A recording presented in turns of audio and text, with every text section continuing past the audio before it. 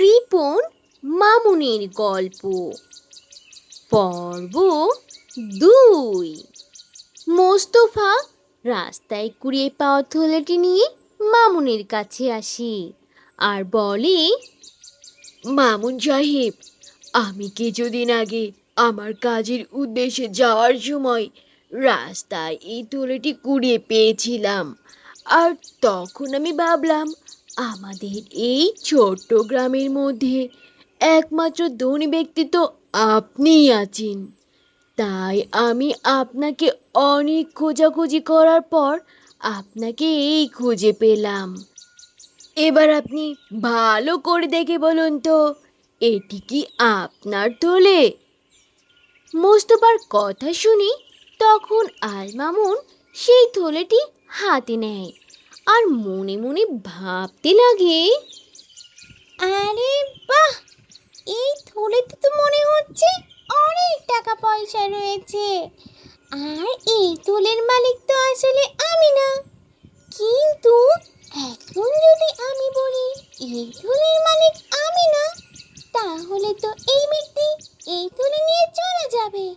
আর যদি বলি আমি এই থলের মালিক, তাহলে তো ওনাকে আমার বকশিশ দিতে হবে। তাহলে আমি এখন কি করি? কি যে করি? হ্যাঁ, পেয়েছি। শুনেন, এই থলের মালিক তো আমি। আর বেশ কিছুদিন আগে আমার এই থলেটি হারিয়ে যায়। আর আমি এই থলেটি কোনোভাবেই খুঁজে পাচ্ছিলাম না। আচ্ছা, আপনি আমাকে সত্যি করে বলুন তো, আপনি আমার এই থলেটি কুড়িয়ে পেয়েছেন, নাকি আপনি আমার এই থলেটা চুরি করে নিয়েছিলেন? আল মামুন সাহেবের মুখে এমন কথা শুনে তো মোস্তফা খুবই হতাশ হয়ে যায় আর মনে ভীষণ কষ্ট পায়। এরপর সেখান থেকে খুবই মন খারাপ করে মোস্তফা বের হয়ে যায় আর সোজা পুলিশের কাছে চলে যায়। আচ্ছা, মোস্তফা পুলিশের কাছে গিয়ে কি করবে? সে কি আল মামুনের নামে নালিশ করবে যে আল মামুন তাকে চুরি না করার পরও চোরের অপবাদ দিয়েছে, নাকি সে এবার অন্য কোনো ঘটনা ঘটাবে? সেই সব ঘটনা থাকছে পরের পর্বে।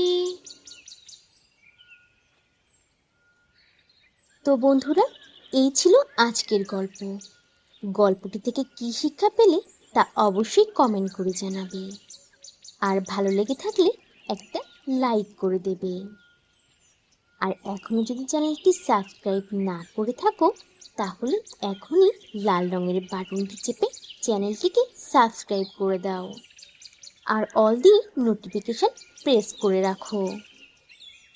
তাহলে বন্ধুরা, আজ এখানেই শেষ করছি। আবার দেখা হবে নতুন কোনো ভিডিওতে, নতুন কোনো গল্প নিয়ে।